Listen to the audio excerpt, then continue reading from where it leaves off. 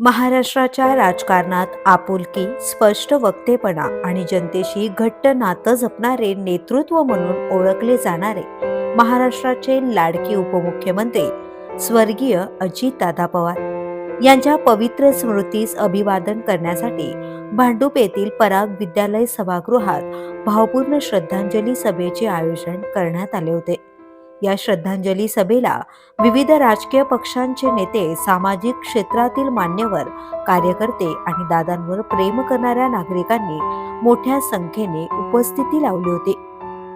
सर्व मान्यवरांनी अजितदादांच्या आठवणींना उजाळा देत त्यांच्या कार्याचा गौरव करत भावपूर्ण श्रद्धांजली अर्पण केली। कार्यक्रमाची सुरुवात भक्तिमय वातावरणात झालेल्या सुंदर भजनाने झाली होती।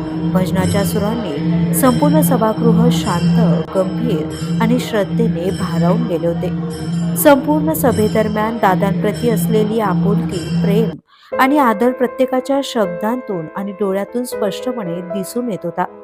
अजितदादा पवार यांच्या आठवणी कायम जनमानसात जिवंत राहतील अशा भावना उपस्थितांनी व्यक्त केल्या। आपली उपस्थिती हीच दादांना खरी श्रद्धांजली ठरली असे वातावरण या श्रद्धांजली सभेत पाहायला मिळाले।